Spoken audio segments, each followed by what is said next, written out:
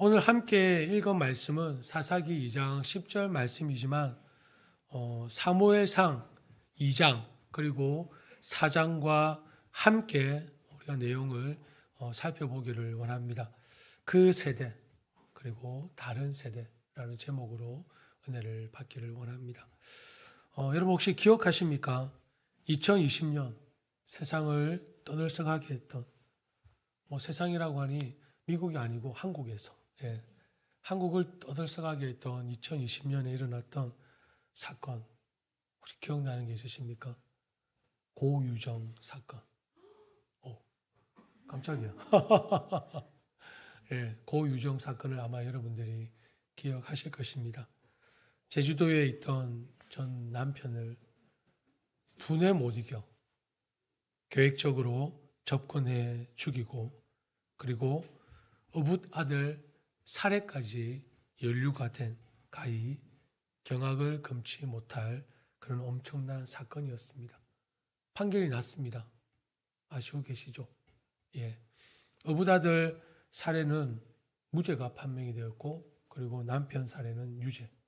아마 제가 알기로는 사형을 하라고 청원이 많이 올려져 있는 걸로 알고 있었는데 어떻게 된지는 모르겠습니다. 이런 사건을 우리가 보통 어떤 사례라고 하죠? 존속 사례라고 얘기를 합니다. 존속 사례. 존속 사례는 자신 또는 배우자의 직계, 부모나 할아버지, 할머니 이런 직계 존속을 살해하는 것을 존속 사례라고 합니다. 존속 사례라는 단어로 여러분 인터넷을 검색해 보면 엄청납니다. 잔인하고 정말 심각합니다. 얼마 전에 대구에서 한 청소년이 잔소리를 한다고 할머니를 죽이는 사건이 있었습니다. 할머니 잔소리가 듣기 싫었어요. 올해 2월에는 서울에서 30대 남자가 우울증으로 부모와 형을 살해한 사건이 있었습니다. 그리고 40대 남성이 말다툼 끝에 아버지를 살해하는 사건이 있었습니다. 그리고 인천에서는 60대 딸이 80대 노모를 둔기로 때려 살해를 시도한 사건이 있었습니다. 말씀드린 것은 올해 한 해 있었던 사건입니다. 한국에서. 더 많습니다. 올해 한 해.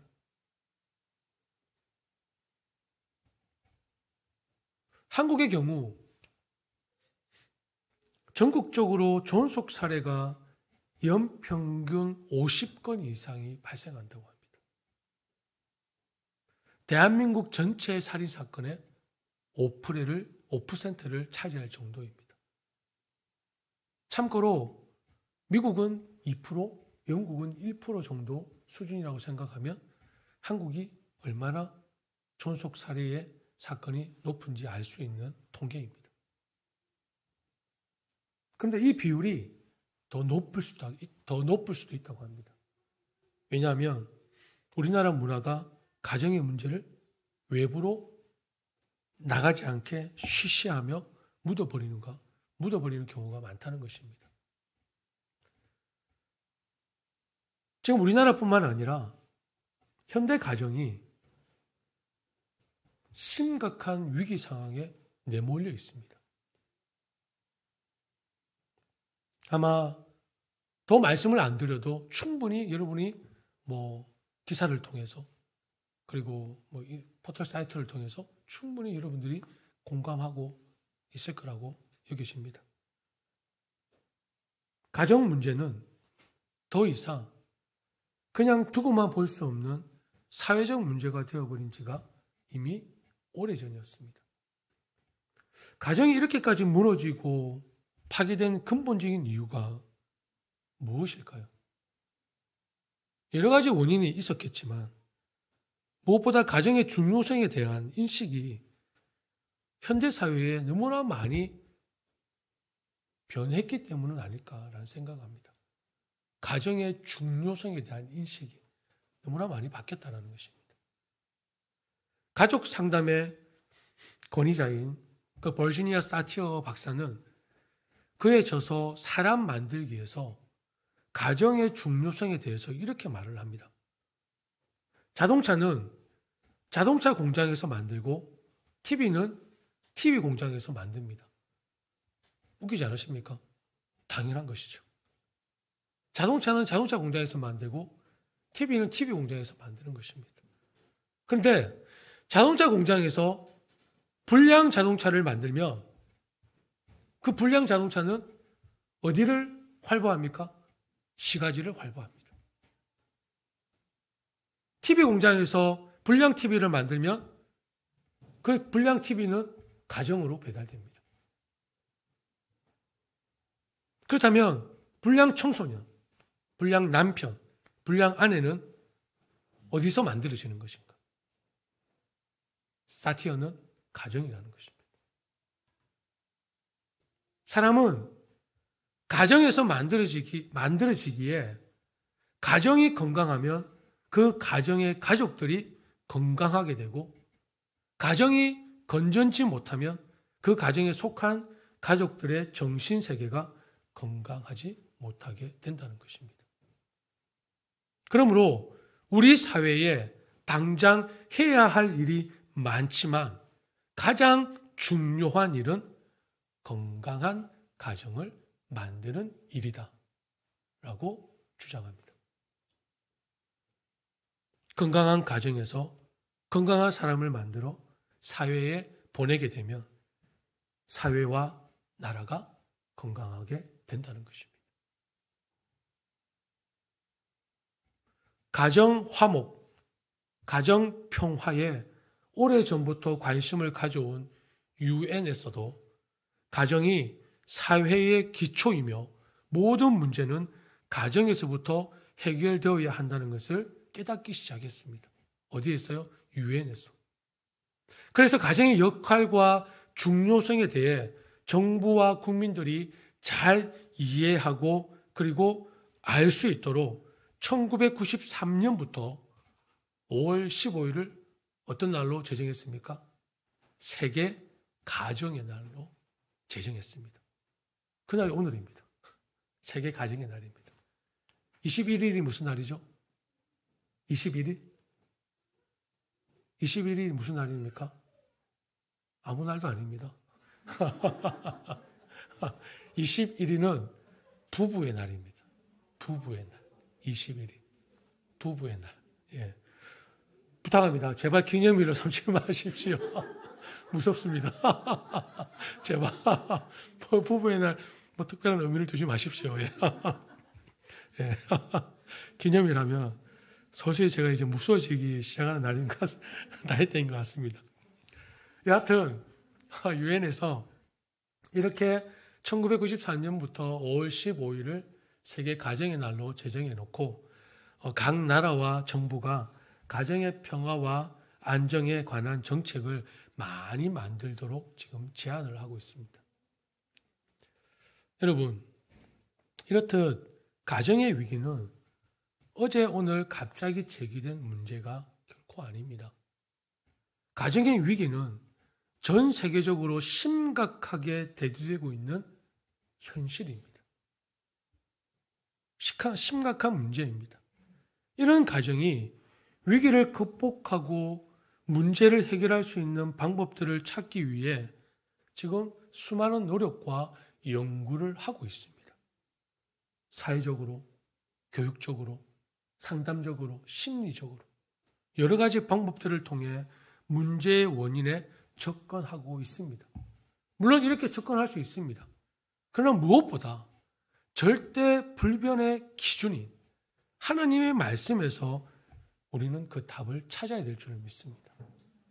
오늘날 가정의 위기가 왜 이토록 심각하게 되었는지 여러 가지 학문적으로 요인을 찾을 수 있겠지만 가장 근본적인 절대 불변인 하나님의 말씀에서 우리는 그 답을 찾아야 할 것입니다. 왜냐하면 가정은 하나님께서 세상을 창조하실 때 만드신 가장 기초적인 사회적 공동체이기 때문입니다. 하나님으로부터 시작되어진 것이기에 하나님의 말씀 속에서 그 답을 찾는 것은 자명한 것입니다. 동의하십니까? 동의하십니까? 아멘. 그렇다면 하나님은 가정을 왜 만드셨습니까? 하나님은 가정을 왜 만드셨죠? 성경을 통해서 세 가지의 이유를 발견할 수가 있습니다. 첫 번째로 창세기 1장 28절에 보면 하나님이 사람들에게 복을 베푸시면서 이렇게 말씀하십니다. 생육하고 번성하여 땅에 충만하라 라고 말씀하십니다. 여기서 생육하고 번성하라는 것은 여러분 자녀를 많이 낳으라는 의미만이 아닙니다. 이건 그냥 단순한 의미입니다. 자녀를 많이 낳으라는 의미를 뛰어넘은 더 큰 의미를 가지고 있습니다. 그것이 무엇일까요? 그것이 무엇일까요? 하나님의 사람들을 만들어내라는 것입니다. 하나님의 사람들을 가정에서 만들어내라는 것입니다. 이게 더 중요한 의미입니다. 단순히 자녀를 많이 낳으라는 것이 아니라 하나님이 만든 가정에 하나님의 사람들이 만들어질 수 있도록 가정을 세워가라는 것입니다. 여러분, 하나님께서 만든 가정에 하나님의 사람이 만들어지기를 원하시겠습니까? 불량 사람들이 만들어지기를 원하시겠습니까? 기본적으로 한번 생각해 보십시오. 하나님이 만드신 가정입니다. 그럼 우리는 지금 다 동의를 하셨습니다. 그러면 하나님이 만든 가정에 하나님의 사람들이 만들어져야 되는 것 아니겠습니까? 생육하고 번성하여 땅에 충만하여라 라는 그 큰 의미, 더 깊은 의미는 무조건 자녀를 많이 낳으라는 의미가 아니라 하나님의 사람들로, 하나님의 자녀들로 번성하여 충만하라는 것입니다. 하나님께서는 하나님의 자녀들을 이 땅에 보내실 때 가정이라는 작은 공동체 안에서 태어나게 하셨습니다. 그리고 첫 만남을 부모와의 만남으로 시작되게 하셨습니다. 바로 가정에서 한 생명의 삶이 시작되게 하셨다는 것입니다. 하나님께서. 왜요? 가정 안에서 하나님에 대한 지식과 하나님 백성으로서의 삶의 자세를 배우고 훈련함으로써 하나님의 사람으로 성장되기를 원하시기 때문입니다. 이게 바로 가정을 만드신 첫 번째 목적입니다. 두 번째, 창세기 2장 18절에 보면 하나님이 말씀하십니다. 남자가 혼자 있는 것이 좋지 않으니 그를 돕는 사람, 곧 그에게 알맞은 짝을 만들어 주겠다라고 약속하십니다. 하나님께서 가정을 세우신 목적은 가족이라는 작은 공동체 안에서 가족들이 서로 교제하고 돕기 위함입니다. 하나님을 믿는 그리스도인으로서 이 험악한 세상을 사는 것은 결코 쉬운 일이 아닙니다. 수많은 유혹들과 시험들이 우리 앞에 장애물처럼 떡하니 버티고 서 있습니다. 그걸 혼자 넘기는 쉽지 않습니다. 어렵습니다. 하나님께서는 하나님의 자녀들이 이 세상에서 믿음을 지키며 살아갈 수 있게 하시기 위해 바로 돕는 조력자인 가정을 우리에게 허락하신 것입니다. 그런데 오늘날 가정은 어떻습니까? 여러분, 가정 안에서 위로와 격려를 받고 계십니까? 아니면 가정의 상처와 아픔과 그리고 가정이 나에게 짐이 되고 뭔가 불안하고 염려로 채워주십니까? 그렇다면 분명히 하나님께서 원하시는 가정의 모습을 갖추고 있지 않다는 것입니다. 하나님은 가정을 우리에게 주신 것은 서로 돕기 위해서, 하나님의 사람들을 만들어가고 믿음을 지키기 위해서 서로에게 힘이 되고 위로가 되고 격려가 되기 위해서 가정이라는 것을 주셨다는 것입니다. 이게 바로 두 번째 이유입니다. 세 번째는 창세기 2장 24절에 보면 그러므로 남자는 아버지와 어머니를 떠나 아내와 결합하여 한 몸을 이루는 것이다 라고 말씀하십니다. 아버지와 어머니를 떠나 아내와 결합하여 남자와 여자가 만나 한 몸을 이루는 것이라고 말씀하십니다. 하나님께서는 그리스도인으로서 마땅히 갖춰야 할 희생적 사랑과 헌신을 배우게 하시기 위해 가정을 만드셨다는 것입니다. 좀 이해가 안 되시죠? 한 몸을 이루겠다는데 희생적 사랑 그리고 헌신 어떻게 배울 수 있지? 여러분, 부부가 한 몸이 되는 과정이 쉽습니까? 어렵습니까? 쉽습니까? 어렵지 않습니까? 저만 어려운 것입니까? 저는 아마 평생을 살아도 하나가 되기 쉽지 않은 것이 부부의 관계라고 해도 저는 관이 아니라고 생각합니다. 다른 문화와 습관, 그리고 전혀 나와 다른 관계, 즉 완전히 다른 세상에 살던 두 사람이 만나서 결혼을 합니다. 이제 우리 하나다. 그게 됩니까? 그럼 이제 우리 하나가 되는 것입니까? 결혼을 하면? 절대 아니죠. 결코 아니죠. 완전히 다른 세상에 살던 두 사람이 다른 관계 속에, 다른 문화 속에서, 다른 습관 속에서 살던 두 사람이 결혼해서 딱 한 가정을 이루면 그때부터 하나가 되는 건 결코 아닙니다. 한 마음, 한 뜻이 된다는 것은 결코 쉽지 않습니다. 근데 여러분 한번 돌아보십시오. 여기까지 오는데 얼마나 많이 포기하셨습니까? 얼마나 많이 참고 인내하셨습니까? 얼마나 많이 양보하셨습니까? 왜요? 사랑하기 때문에. 가정을 지키기 위해서. 가정의 평안을 위해서. 행복한 가정을 만들고 싶은 그 마음에. 여러분, 희생적 사랑과 헌신이 필요하지 않겠습니까? 부모를 떠나 남자와 여자가 만나 한 몸을 이루는데 어찌 희생적 사랑과 헌신이 필요하지 않겠습니까? 당연히 필요한 거죠. 그리고 여러분, 나와 똑 닮은 자녀를 양육한다고 얼마나 고생을 많이 하셨습니까? 저는 지금 고생하고 있습니다. 어찌 저리 나랑 똑 닮았는지. 여러분, 두 번 키울 수 있겠습니까? 저는 두 번 자신 없습니다. 그럼에도 불구하고 그런 자녀를 키우는 과정 속에서 서로를 향한 희생적 사랑과 헌신을 배움으로 그리스도의 형상을 닮아가기를 하나님은 가정 안에서 원하셨던 것입니다. 이게 바로 하나님께서 가정을 세우신 세 번째 목적입니다. 이렇게 성경을 통해서 하나님께서 가정을 만드신 목적과 이유를 우리는 분명히 발견할 수 있습니다. 그런데 하나님의 온전하신 뜻을 우리가 이 땅에서 실천하고 따르지 않는 가정이라면 그 가정은 신앙적으로 바르고 건강하게 세워질 수 없을 것입니다. 오히려 신앙적으로 엮이는 가정이 될 위험이 더 클 것입니다. 여러분, 성경에는 하나님의 복을 받은 가정의 이야기도 기록되어 있지만 하나님께 저주받은 가정에 대한 이야기도 기록되어 있습니다. 하나님께 저주받은 가정의 대표적인 예가 사무엘상 2장에 등장합니다.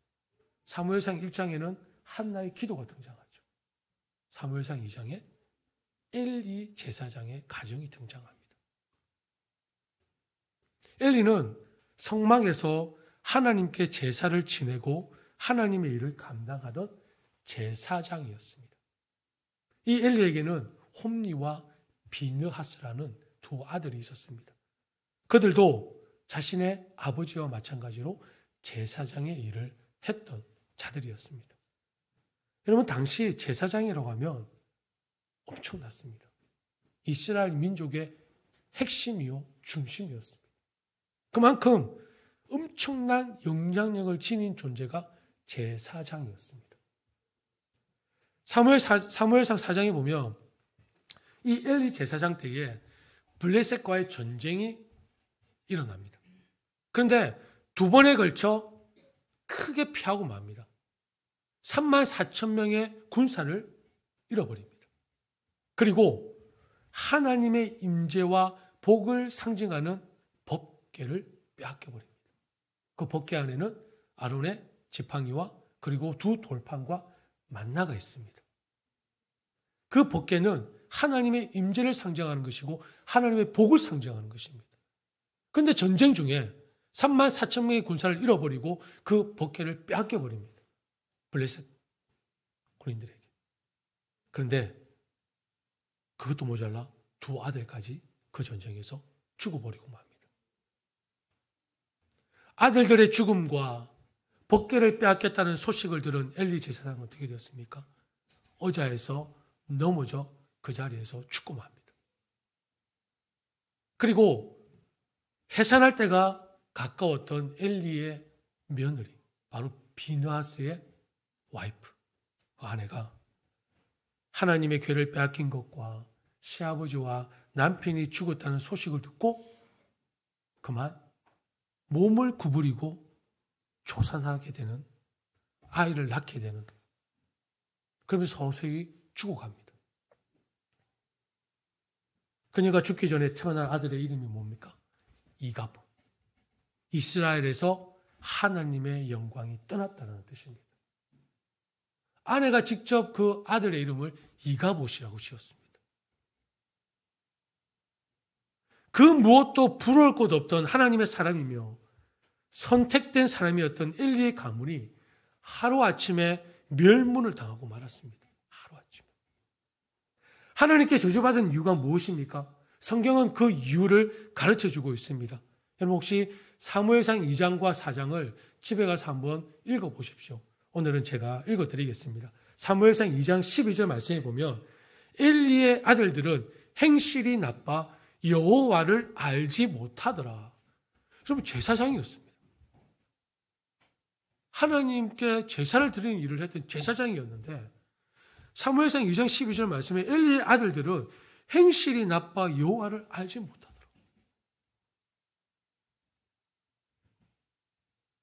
행실이 나빠서 여호와를 알지 못했다는 것은 하나님을 무시했다는 것입니다. 삶 속에서 하나님을 전혀 개의치 않았다는 것입니다. 여기서 행실이 나빴다는 것을 원어를 풀어보면 가치가 없는, 반역하는, 말을 듣지 않는, 그리고 사탄의 사람이라는 뜻을 가지고 있습니다. 사무엘상 2장 17절 말씀에 보면 엘리의 두 아들의 죄가 여호와 앞에서 심히 크면 그들이 여호와의 제사를 멸시함이었더라. 엘리의 아들들은 주님께서 보시는 앞에서 이렇듯 심하게 큰 죄를 저질렀습니다. 그들은 주님께 바치는 제물을 이처럼 함부로 대했다고 얘기하고 있습니다. 함부로. 사무엘상 2장을 읽어보시면 아시겠지만 그들이 얼마나 큰 악행들, 하나님 앞에 하지 말아야 될 행동들을 얼마나 많이 했는지 나열하고 있습니다. 한번 보십시오. 근데 여러분 가장 큰 문제는 엘리가 그 모든 일에 대해 알았음에도 불구하고 아들들의 죄를 바로 잡아주지 않았다는 것입니다.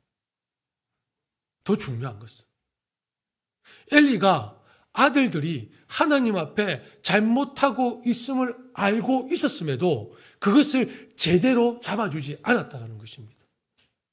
엘리가. 사무엘상 2장 22절, 25절에 보면 엘리는 매우 늙었다고 하고 있습니다. 그는 자기 아들들이 모든 이스라엘 사람에게 저지른 온갖 잘못을 상세하게 들었고 회막 어귀에서 일하는 여인들과 동침까지 한다는 소문을 들었다고 했습니다. 그래서 그들을 타일렀습니다. 얘들 도대체 어쩌자고 이런 짓을 했느냐? 너희가 저지른 악행을 내가 이 백성 모두에게서 듣고 있다. 이놈들아, 당장 멈춰라. 주님의 백성이 이런 추문을 옮기는 것을 내가 듣게 되다니 두려운 일이다.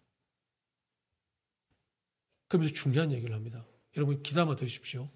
사람들끼리 죄를 지으면 하나님이 중재해 주시겠지만 사람이 주님께 죄를 지으면 누가 변호해 주겠느냐? 사람끼리 죄를 지으면 하나님께서 중재해 주시겠지만 사람이 하나님께 범죄를 저지르면 그걸 누가 변호해 주겠느냐? 아버지가 이렇게 꾸짖어도 그들은 아버지의 말을 듣지 않았습니다. 왜요? 주님께서 이미 그들을 죽이려고 하셨기 때문입니다. 여러분 상황이 얼마나 심각합니까? 주님께서 작정하셨습니다. 더 이상 못 기다리겠다는 거죠. 홈리와 비나스를. 그런데 엘리는 하나님께서 그의 아들들을 죽이기로 작정하셨는데도 사건의 심각성을 깨닫지 못하고 있습니다. 아버지인 엘리가. 아들들의 신앙을 끝까지 바로 잡아줘야 되고 훈계해야 했었습니다. 그런데 엘리가 왜 그렇게 하지 않았을까요?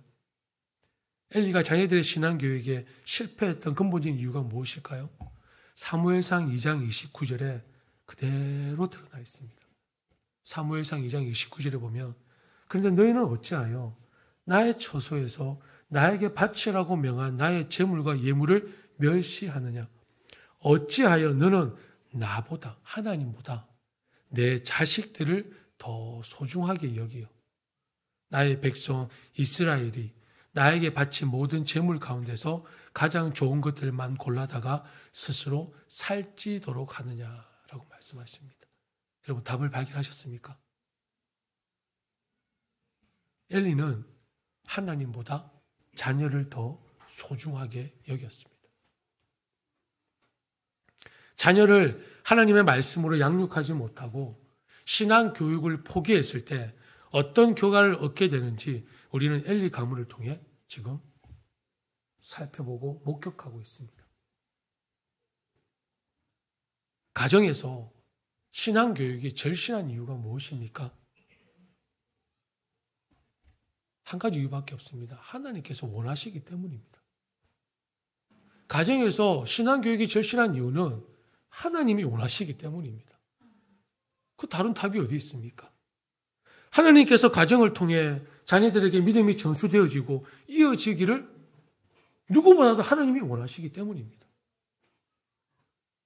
엘리의 가문처럼 가정에서 신앙교육이 실패하게 되면 그 가정은 결국 하나님을 알지 못하는 하나님을 떠나는 가정이 될 수 있다는 것입니다.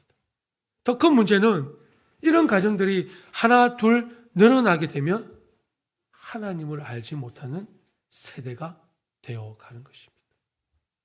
이런 가정이 하나 둘씩 늘어나면 하나님을 알지 못하는 세대가 되어간다는 것입니다.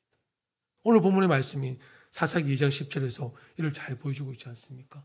그 세대의 사람도 다 그 조상들에게도 돌아갔고 그 후에 일어난 다른 세대는 여호와를 알지 못하며 여호와께서 이스라엘을 위하여 행하신 일도 알지 못하였더라. 여기서 중요한 표현이 등장합니다. 그 세대와 다른 세대. 다른 세대. That generation, another generation 이라고 등장합니다. 영어 성경을 보면. 그 세대, that generation은 어떤 사람들입니까? 하나님을 알고 하나님을 믿고 하나님을 섬겼던 세대입니다. 그런데 여러분, 그 세대는 애굽에서 나온 사람들이 아닙니다. 광야에서 태어났던 사람들입니다. 애굽에서 일어났던 10가지 재앙, 출애굽 사건, 홍해가 갈라지는 사건, 마라와 엘림, 그리고 만나와 메추라기, 이런 사건 등을 전혀 경험한 적이 없는 사람들입니다. 그런데 어떻게 이들이 하나님을 믿고 하나님을 섬길 수 있었을까요? 부모 때문입니다. 그 현장을 목격한 그 부모의 신앙이, 그 부모의 신앙과 교육이 자녀들에게 고스란히 이어졌기 때문입니다. 체험의 신앙이 그대로 자녀들에게 전수된 것입니다. 그 세대의 사람들은 하나님이 행하신 큰 일을 부모로부터 배웠기 때문입니다. 부모로부터 철저한 신앙 교육과 훈련을 받았기 때문입니다. 가정에서부터 여호와 하나님에 대해 철저하게 교육받았기 때문에 가능했던 것입니다. 반면에 another generation, 다른 세대는 어떤 세대입니까? 여호와를 알지 못하며 여호와께서 이스라엘을 위하여 행하신 일도 알지 못하는 세대라고 말씀하고 있습니다. 여호와 하나님에 대한 교육을 받지 못하며 하나님 없이 살아온 세대가 바로 다른 세대입니다. 여러분, 신앙 교육의 실패는 결국에는 하나님을 알지 못하고 하나님이 행하신 일도 알지 못하는 다른 세대를 만들어냈던 것입니다. 신앙 교육의 실패는 다른 세대를 만들었다는 것입니다. 사랑하는 여러분, 부모 세대의 사명 중에, 교회의 사명 중에 하나는 다음 세대를 믿음으로 세우고 신앙을 전수하는 것입니다. 무엇보다도 중요한 일입니다. 아니, 현재 이 땅의 가정들이 그리고 교회들에게 가장 중요한 일이라고 저는 믿습니다. 이것을 놓치면 다음 가정, 다음 교회, 다음 세대는 없습니다. 보십시오. 이스라엘 백성들이 그대로 보여주고 있지 않습니까?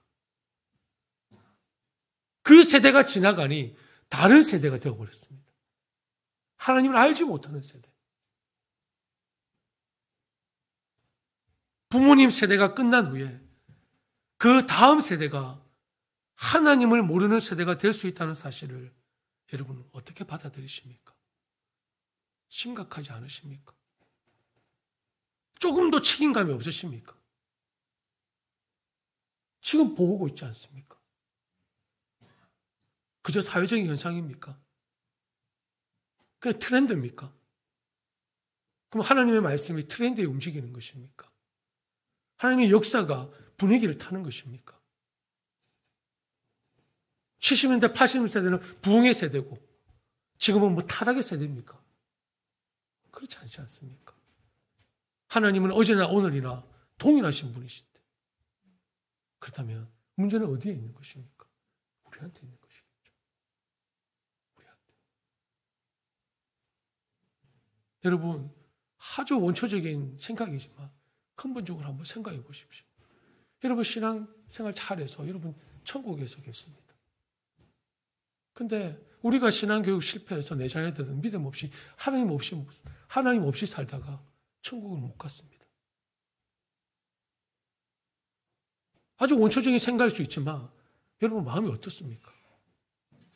저는 지금도 찢어질 것 같습니다.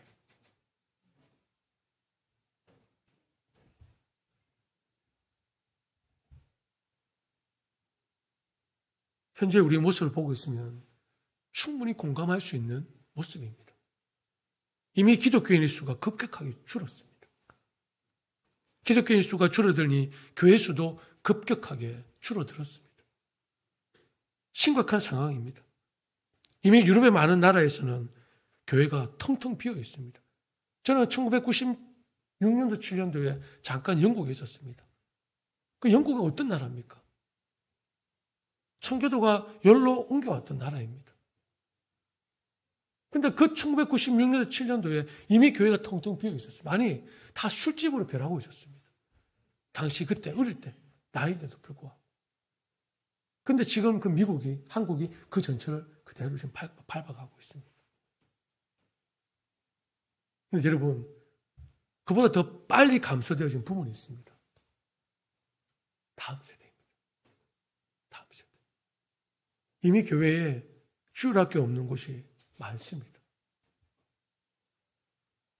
앞으로 상황은 더 심각해질 것입니다. 그 세대와 다른 세대, 부모 세대와 다음 세대 사이에 신앙적 갈등은 더욱 심각해질 것입니다. 더 심각해질 것입니다. 앞으로 10년 후, 20년 후에는 여러분 어떻게 되겠습니까? 여러분 이 그레이스 뉴욕교회에 대한 10년 후의 미래의 비전을 갖고 계십니까? 그레이스 뉴욕교회에 대한 20년 후에 비전을 가지고 계십니까? 우리 교회는 준비하고 있을까요? 지금 다음 세대를 책임져야 될 젊은이들이 교회를 빠져나가고 있고, 아니 교회를 빠져나갔습니다. 그리고 세속 문화에 물들고 길을 잃고 방황하고 있습니다. 다음 세대를 책임져야 될 젊은이들이 교회를 떠났고 세상에 물들어 지금도 세상에서 그 경쟁의 치열한 경쟁 속에서 방황하고 있습니다.